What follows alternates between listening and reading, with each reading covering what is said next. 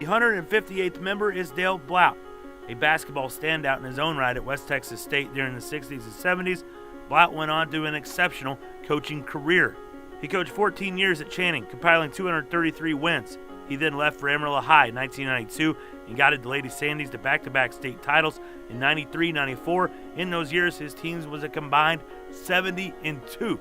Accomplished so much in 3 years of my coaching career. It's pretty amazing. Those kids were gifted and talented, and they really were hard to challenge, because every challenge that I've given them, they met. So after 3 years, I was exhausted.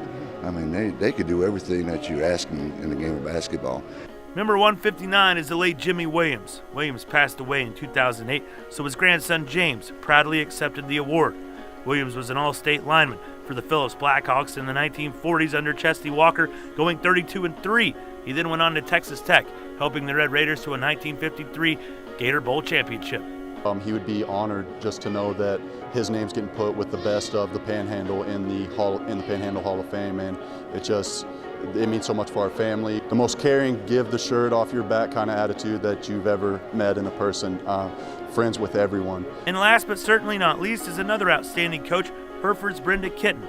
After a rough start at Hereford, going winless in 1985, she quickly turned the Lady Whiteface volleyball program into one of the best over the last quarter century.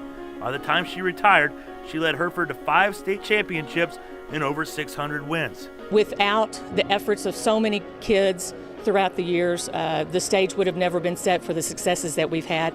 And I think so many of our kids felt such a responsibility to those who've come before them to uphold the tradition. And I think so many of our kids felt it was very important to set the stage for those who would come later. Along with the inductees, the coaches and athletes of the year in a multitude of sports were announced, along with many special awards. Baseball winners, Jeff Smith and Derek Odell. In basketball, Jeff Bearden, the first coach to win it at a private school in Morgan Ashmore. In football, WT coach Don Karkle and Hunter Lyle from Booker. The golf awards go to Carol Hennard and April Barnett of Memphis. Soccer is Chad Webb and Leslie Briggs at WT for an awesome season. In tennis, another town sweep. My good friend Tim Fletcher and his player Emily Lusk of Canadian.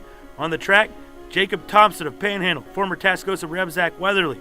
We go back indoors. Jason Scotch and Meredith Hayes win the award in volleyball, and Anthony Hoppy and Shelby Morrison take wrestling. Special Achievement Awards, Michael Stigler, Aaron Rice of Canyon, Aaron Mullane, the former Tascosa Reb, and the Caprock High School girls wrestling team. They're the 9-time defending state champs. The C.L. Donovan Super Team Award, WT, for an outstanding season making the national semifinals. The Leslie and Nard Cazell Big Play Award, Ethan Westbrooks, quarterback sack for WT to preserve a win over Ashland. The Dick Reisenhoover Award goes to Nick Jones from Tascosa, who is at ACU, who's a discus national champion. And the D. Henry Inspirational Award goes to Jeremy Campbell of Perryton. He's a U.S. Paralympian.